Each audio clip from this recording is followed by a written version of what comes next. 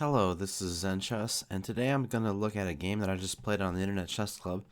It was a 5-minute game, but I thought it could be a little instructive if I tell you what I was thinking during the game. And I'll just start right now.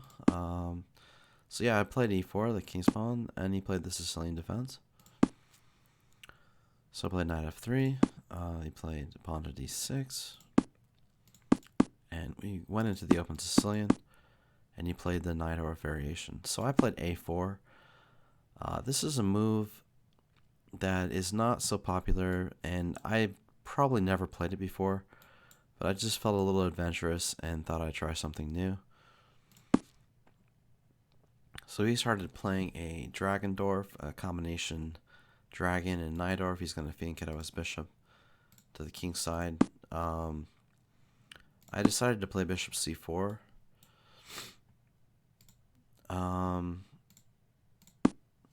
So obviously with me having played a4, I'm not going to castle queenside.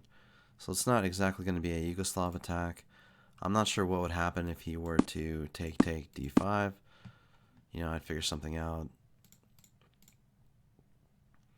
So I'm going to castle kingside, and he finketed his bishop.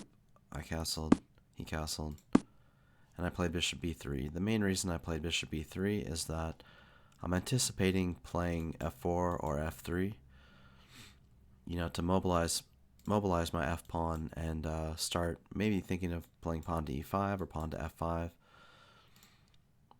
And when I do play, let's say I play pawn to f4, it opens up this diagonal to my king, and you can see that this knight is already under some pressure. For instance, if he were to capture on e4, he opens up the bishop to capture the knight. And I'm anticipating that he may play pawn to queen, or queen to b6, pinning my knight, and with the combined threat of the bishop here, it may be dangerous. And what I'd ideally like to play is something like bishop e3. Well, and then he can play queen takes b2. So that's the main reason why I played bishop b3, is just to get this bishop off of the forking square, knight takes e4 and d5, but also to guard this b2 pawn in case his queen did come to b6. It turns out that in this exact scenario, he can also maybe play knight g4, which will, completely destroy me. If I play bishop f2, he can just take the bishop and then take the knight on d4 for free.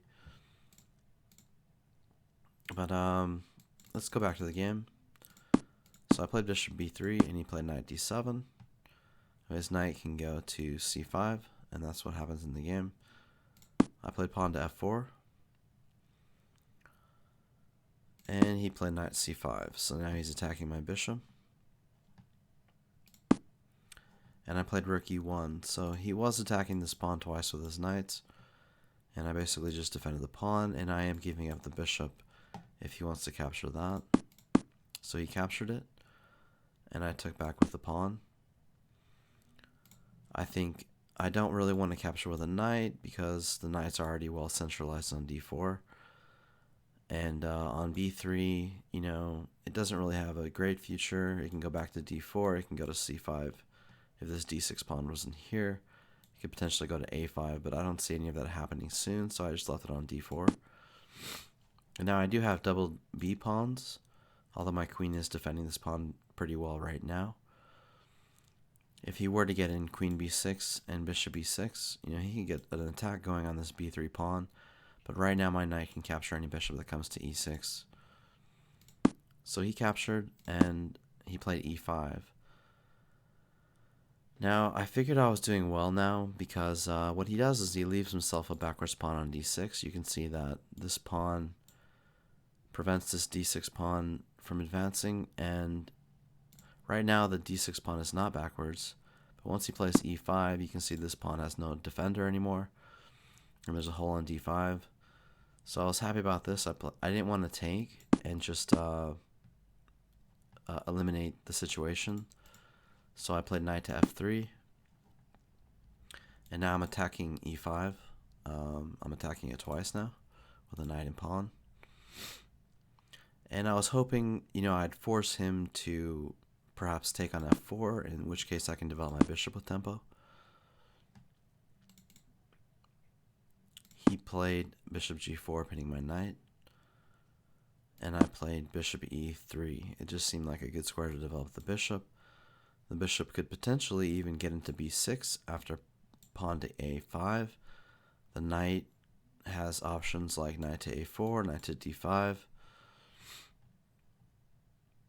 And he played knight to d7. So I guess this was a blunder because now the d6 pawn is unprotected.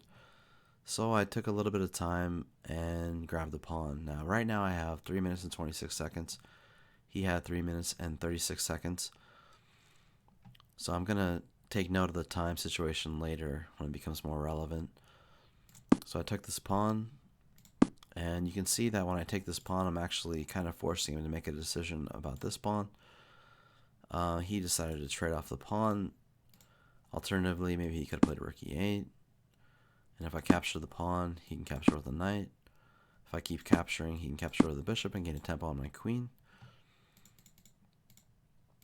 But instead, he captured an f4. I took back with the bishop. And now I just have a very nice control of the board here with the queen and bishop. The queen on d6 is very well placed. It cuts out b6, has influence on the king side, and even in some cases has influence on b4. I could push this b pawn, and the pawn would be protected by the queen. He played rook e8, and I played pawn to e5. So what I wanted to do here was cut out his diagonal. Cut out the diagonal of the bishop so he no longer has the option of taking on c3.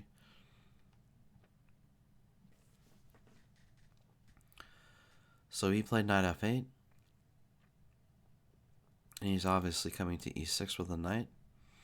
In which case I have to make a decision with my bishop. Do I want to switch to a different diagonal or stay on this e5 pawn?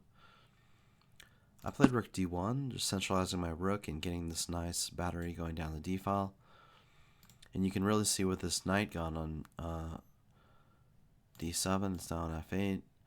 You can see that he can't even play queen b6 anymore because my queen controls that. And even if he played queen a5, now that my queen is protecting b4, I can just play b4, kick him out immediately. So my queen is exerting a lot of influence over this board.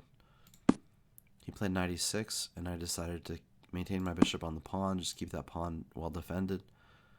And I can try to win the game with like knight e4 into f6 perhaps, or I can switch this bishop over to this diagonal and control the d8 square, or I can jump my knight into d5 and try to control b6 or f6.